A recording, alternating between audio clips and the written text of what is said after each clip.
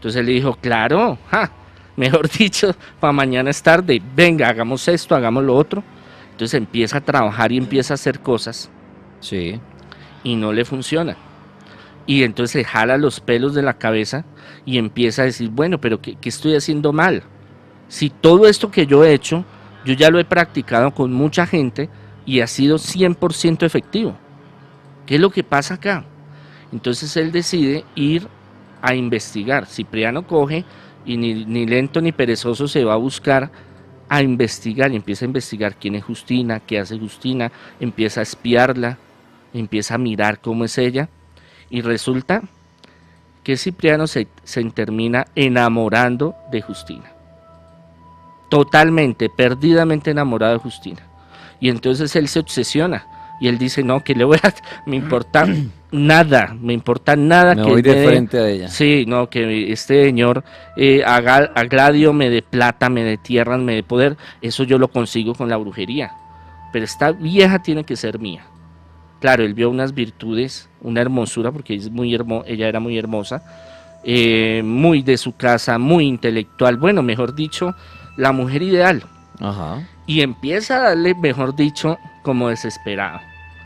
Y empieza a hacer y empieza lo otro. Hasta que un día hace un pacto, invoca a Lucifer, a Satanás, y le dice, bueno hermano, ¿qué está pasando con esto?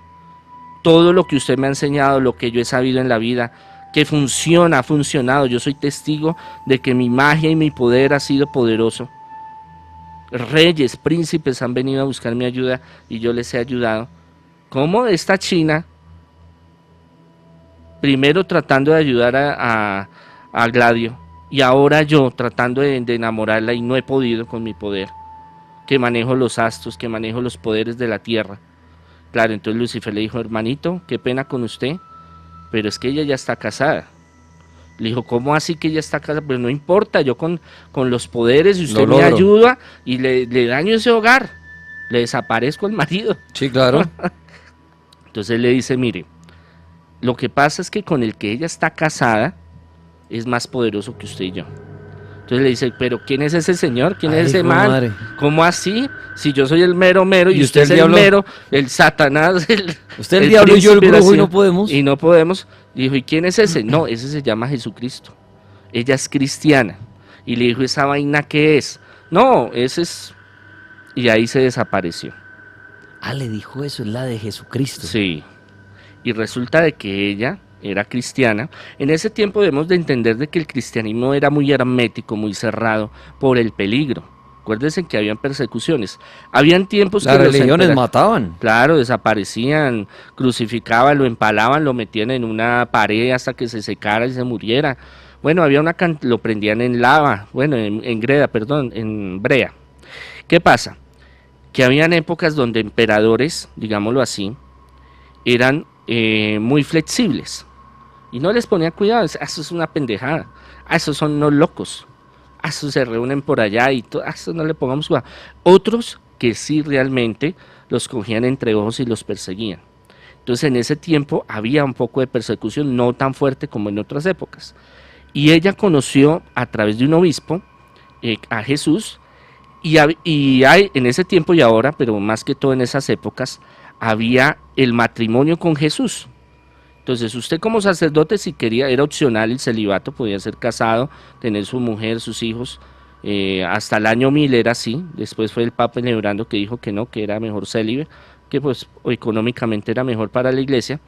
Pero las mujeres, sin necesidad de irse a un monasterio, sin necesidad de ser monjas, se casaban con Jesús. Era una ceremonia que los sacerdotes le hacían, un matrimonio espiritual, donde la mujer llegaba, había sus padrinos, había su ceremonia, y alguien fungía de Jesús, y estaba la doncella, que se le llamaba en ese momento, la sierva, la que se casaba con Jesús, y se casaban. ¿Qué pasaba? Eran mujeres que se dedicaban a la piedad, a las buenas obras, al orar, al ayudar, pero vivían en sus casas normalmente. No podían casarse con nadie, no podían tener novio con nadie porque estaban casadas con Jesús. O sea, se entregaban en cuerpo y alma a Jesús sin necesidad de vivir una vida religiosa. Entonces el demonio le dijo la verdad a Cipriano. Le dijo, con esa mujer no puede porque esa pertenece a Jesús. Ese es del otro rebaño. Y entonces él entró en una crisis emocional terrible, una crisis espiritual terrible. Cuando San Cipriano ya estaba así en su cueva, dedicado a la brujería y a invocar a Lucifer para que le ayudaran todas estas cosas que él quería lograr, ¿cuántos años más o menos tenía? 33, 35 más o menos. ¿La cueva dónde era, padre? Eso es aquí ya le averiguo, en Innsmouth se llama eso. ¿Y hoy en día debe ser un lugar hasta turístico? Me imagino yo de pronto no, la gente porque vaya a la cueva. cuando hubo la invasión musulmana, eso lo acabaron. Ah, ok, bueno. Todo eso lo... Qué pena interrumpirlo. Bueno, entonces, San Cipriano aburrido, achantado, porque el diablo le dijo, no, él entró en una crisis... Porque nos gana un señor llamado Jesucristo.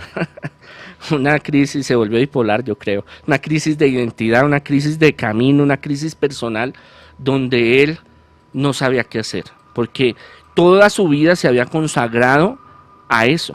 Y cuando usted le dicen, hermano, mire, usted llegó a un punto que lo que usted está haciendo no sirve, es perdido, no hay nada que hacer, pues claro, su vida se le desmorona.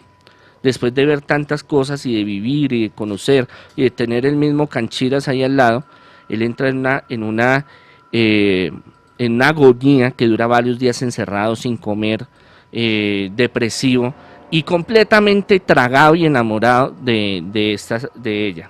De San Justina. Ella también llegó a ser santa.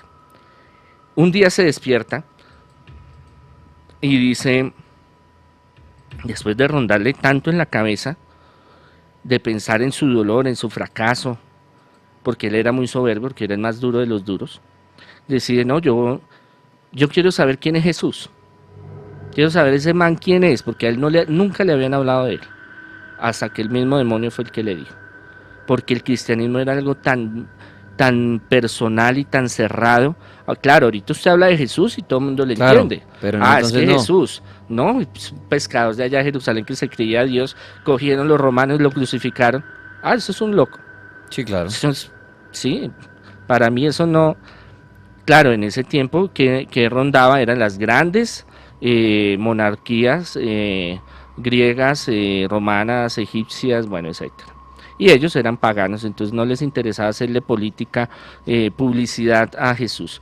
Va y busca a Justina y le dice, mire, yo soy fulano de tal, yo soy tal y tal, y yo he hecho esto y esto y esto, y yo estoy así y así y así, y esto pasó.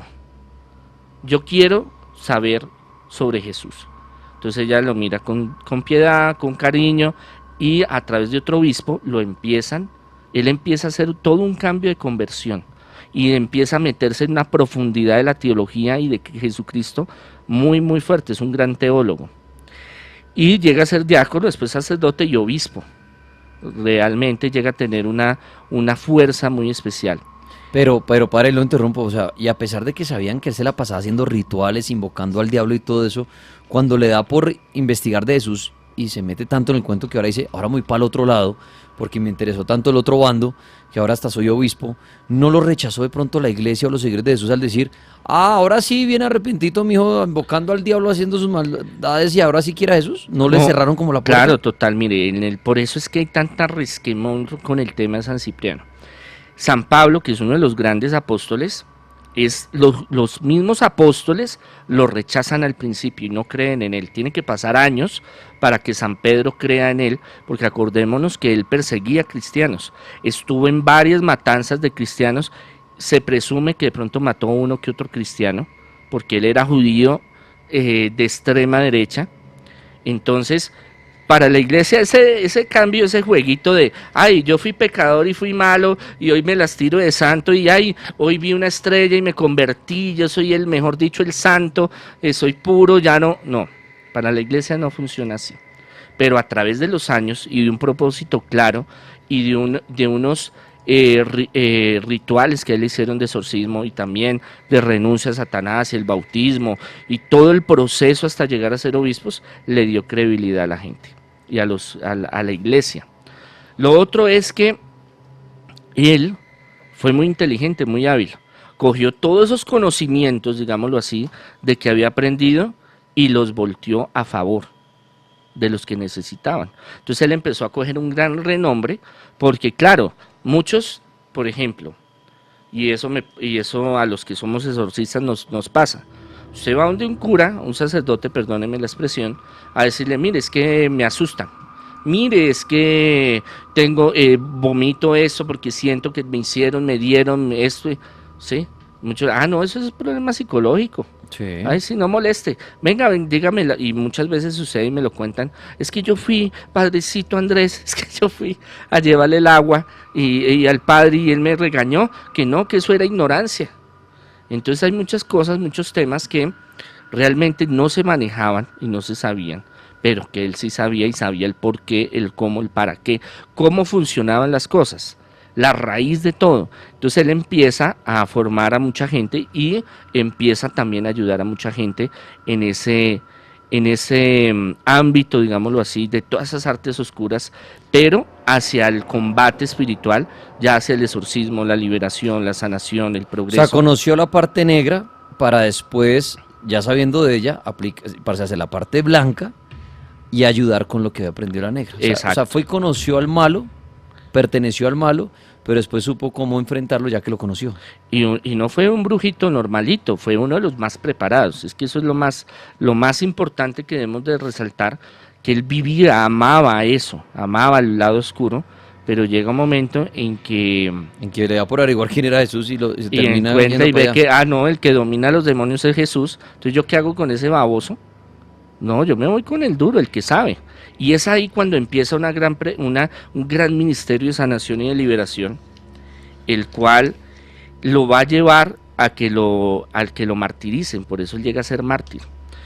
Con San Justina resulta que tienen una amistad muy profunda. Yo creo que hasta lo último él la quiso como mujer, pero como estaba casada ya con Jesús, con Chucho, pues le tocaba abstenerse.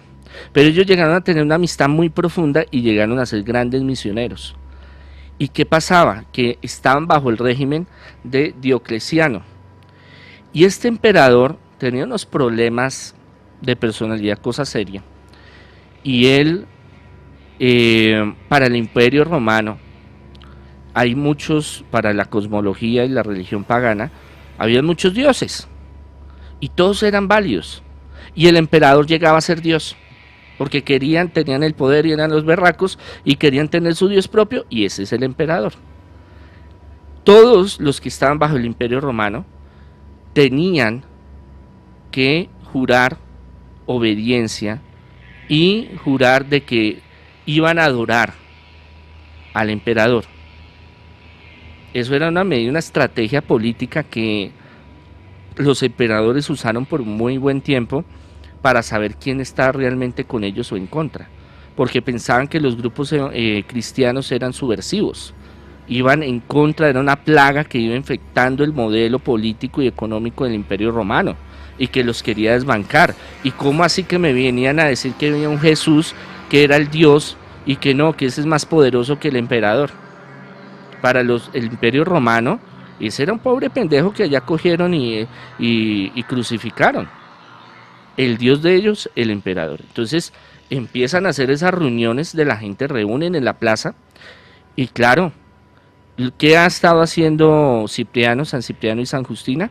Hablar de Jesús, y que es el único Dios, y que no tienen que arrodillarse entre el imperio, y no tienen que proclamar que el emperador es Dios, porque van contra el primer mandamiento, amar a Dios sobre todas las cosas. Y al único que van a adorar, pase lo que pase, es al Padre, al Hijo y al Espíritu Santo.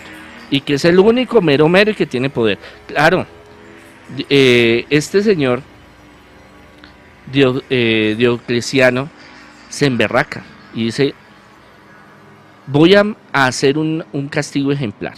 Entonces los romanos no inventaron la crucifixión, no inventaron la tortura, eso ya viene desde siglos anteriores, los chinos, los árabes, los indios, Mesopotamia. Lo que pasa es que ellos la perfeccionaron. Los romanos tenían ese arte de apropiarse de un pueblo, por eso no lo destruían totalmente. Costumbres, religión, política, administración, agronomía, ingeniería, la tomaban y la perfeccionaban. Entonces, ellos les encantaba hacer castigos ejemplares, que todo el mundo viera, inmediatamente dijera, uy, jue madre, yo no me puedo negar a decir que el emperador es el rey, el Dios supremo, porque me van a coger y me van a deshacer, me van a matar, me van a crucificar, me van a hacer. Entonces ellos tenían, no solo nosotros solo pensamos que los romanos solo tenían un método de hacer daño, que era la crucifixión, no, ese es uno de los más fuertes, pero ellos eran expertos en tortura. Entonces, ¿qué hicieron? Cogieron a Justina y a San Cipriano y los despellejaron, o sea, le quitaron poco a poco la piel, para que ellos, Hijo de madre. para que ellos en su tortura, en su agonía, en su sufrimiento, ellos tenían una especie de garfios, digámoslo así, que entraban en la piel y la arrancaban, pero sin levantar el músculo, la carne. Entonces, y sin embargo ellos, no, yo estoy firme, yo no me le tuerzo, papá, yo estoy aquí y yo soy de Dios y yo creo que Dios es el Rey Supremo y Jesucristo es el Señor y el Salvador, hágame lo que usted quiera. Y les pegaban, los torturaban. Y como no decían nada, se le ocurrió la genial idea a Nicomedia, que era el juez en ese momento, delegado del emperador, de conseguirse un caldero. Por eso muchas veces pintan a Santa Justina y a San Cipriano como un caldero. No es el caldero de la brujería, sino más bien del martirio. Y esta parte no es muy clara, pero el hecho es que le echaron aceite hirviendo y los pusieron adentro a que se cocinaran. Hijo de madre. No se sabe porque no hay, digamos, un relato histórico de cómo fue ese pedazo queda como cortado, digámoslo así. La mayoría dicen de que un milagro espectacular, como varios santos lo pudieron vivir también, no solo él, de que el fuego, de que estar cocinándose allá en esas llamas, en ese aceite, no les hizo nada. Pero que tarde o temprano salió y le cortaron las cabezas. Eso es lo que se habla. Sea de que sí los metieron a cocinar en fuego lento o que los decapitaron, el hecho fue que sí fueron martirizados. ¿De qué edad más o menos entonces matan a San Cipriano? Más o menos de 50 y algo de años, más o Padre, menos. entonces el libro que es tan famoso, el de San Cipriano, por sus rituales, su brujería, sus hechizos, esos hechizos y todo eso fue tomado cuando él se dedicaba a la parte oscura. Claro, él era un y lo intelectual. llevaron a un libro y por eso es que hoy en día dice, ese libro es de rituales. Vamos a hablar eso sobre él. Entonces, ¿qué pasa? Él era muy intelectual. Él escribía varios idiomas. Cuando a él lo consultaban, digamos, habían discípulos, digámoslo así, personas interesadas que iban allá y lo visitaban. Entonces él escribía en pergaminos y en papiros, porque en ese tiempo todavía no se había desarrollado el libro como lo conocemos en la actualidad. Y él le daba su rollito, iba a su rollito y se lo entregaba y le decía, mire, aquí está tal fórmula que es solo un secreto para usted. Entonces, por ejemplo, los fenicios aprendió tal cosa, lo escribió. Y de los de Macedonia, y le dijo, usted es mi discípulo, venga, papito. Aquí en este rollito, lléveselo. Ahí está paso a paso escrito cómo son los conjuros que tiene que usted hacer. ¿Qué pasó? Esos se volvieron muy populares y se fueron, digámoslo, comercializando. Y empezó tanto comercio que después muchos, para, digamos, coger la fama, es como decir Nostradamus, que aparecen profecías inéditas, por ejemplo. Entonces, en realidad no se sabe si eran o no eran de Nostradamus, pero le ponen el nombre de Nostradamus y entonces la gente dice, ay no, fue madre, vamos a mirar, echémosle un ojito. ¿Qué pasó? En la Edad Media, cuando empiezan con Gutenberg y toda esta cuestión de la editorial y toda esta cuestión de la imprenta, empiezan a hacer compendios, empiezan a hacer libros que los van a llamar grimorios. ¿Qué es un grimorio? Una recopilación de fórmulas mágicas y de hechizos. Y uno de los libros más, digamos, completos para iniciar, digámoslo así, o manual básico, llamémoslo así, es el famoso libro de San Cipriano o Cipranillo, o libro del hechicero, que tiene muchos otros nombres, y hay diferentes versiones, porque yo he visto varias, de la Edad Media, por ejemplo. Entonces unos les dice hagan tal cosa y otros dicen hagan tal otra, porque fueron compendios de que diferentes brujitos fueron organizando, pero que le fueron poniendo el nombre de San Cipriano.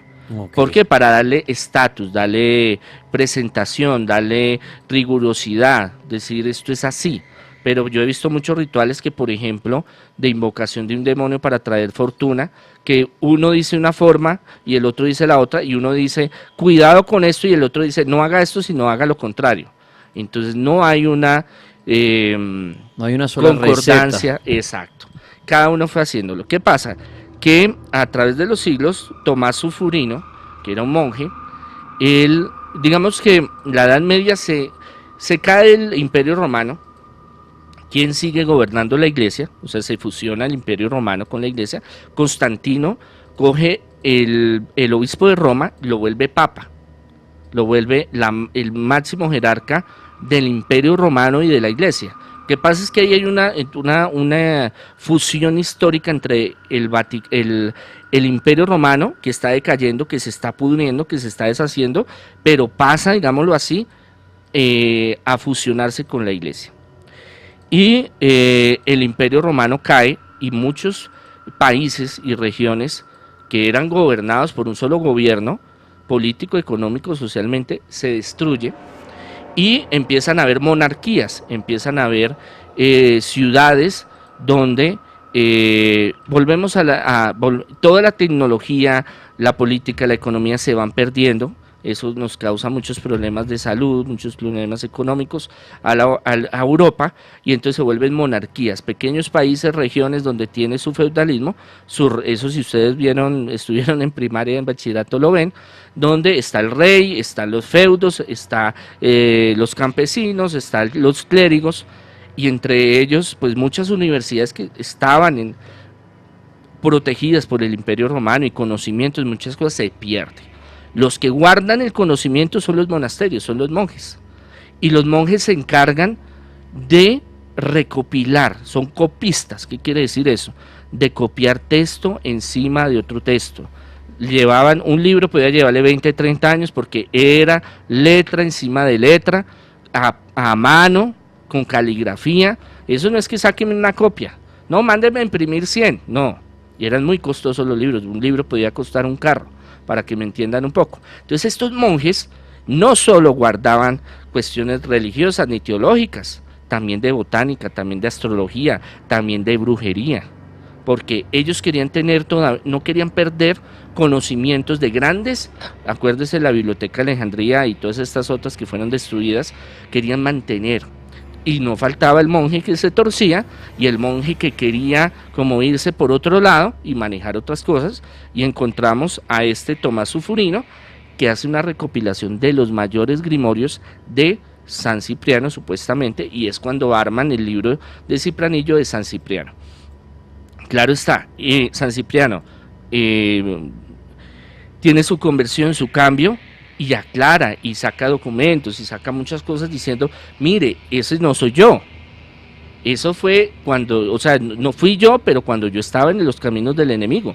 Actualmente yo estoy en el camino de Dios, le ayudo a la gente, estoy luchando por la gente, pero pues no me eche la culpa pero esa mancha hasta el día de hoy nunca se la ha podido quitar. Y esa era mi pregunta. Hoy en día, ¿San Cipriano, padre, es un santo? Es un santo. Para sí, la iglesia. Para la iglesia. A pesar Que de le todo ese quitaron contacto el día, que hizo con el diablo. claro, y todos porque sus... es que él renunció, esa es la ventaja de o sea, por Jesucristo. eso, perdón, por eso usted al principio lo que decía, y esto para todos, hay muchos santos que al principio no tuvieron nada de santos, sino al contrario fueron tan malos que el cambio que hicieron fue lo que los llevó a que los convirtieran en santos. En su santidad, totalmente. Y es un santo muy poderoso y que se le venera mucho, que el magisterio de la iglesia le cambió la fecha del 26, pero es una cuestión de que popularmente hay iglesias, hay templos, hay colegios, hay una cantidad de cosas donde se habla de él y donde se sigue su memoria, para los exorcismos, para las liberaciones, para la protección, para sacar a patadas al demonio. San Cipriano ayuda mucho.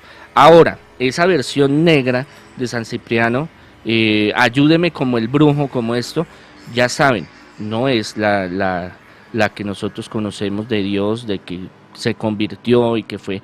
No, son demonios, son espíritus que a veces toman esos nombres, como el de, ¿qué le digo yo? San Martín de Porras, como el de San Marcos de Leonzo, y muchos otros, pero que en realidad pues usted, los brujitos y otra gente busca hacer daño a través de ellos, pero no son los santos que nosotros conocemos, es una versión adulterada de esos santos, que claro, como él fue tan duro y tan teso en el tema, a través de la historia lo han querido involucrar de que sigue siendo el mismo y que sigue siendo el torcido, pero no, él tuvo un cambio, una transformación, en casos personales de tratamientos y de ayuda, pues algunos saben que yo colaboro en estos temas. San Cipriano ayuda mucho para las liberaciones y para casos fuertes de liberación y de exorcismo. Monseñor Andrés Tirado, me encantó la historia de San Cipriano. Usted al otro lado de su radio se enteró más quién es San Cipriano, que muchas veces preguntan, ¿y el libro de San Cipriano? Pues ya conoció la historia de este brujo que pasó de brujo a santo, cuando se encontró con el diablo en la cueva diciéndole, venga, quiero ganarme a esta mujer, y el diablo le dijo, no señor, ella es de Jesús. Y él dijo, pues me voy para el bando del más poderoso, y me voy para el otro lado, y terminó en una hoguera, o decapitado, como el monseñor lo decía. La historia de San Cipriano. Monseñor, me encantó haberlo tenido acá, muchísimas gracias. A ustedes infinitas gracias, y pidámosle al Señor, y Dios da oportunidad, Dios, en esto que nos muestra San Cipriano, que podemos llegar a la santidad. La santidad no es un estado, ay no, yo no peco. O al cambio. O al cambio, a la conversión, al ser mejor personas. Entendamos, la santidad es ser un mejor ser humano.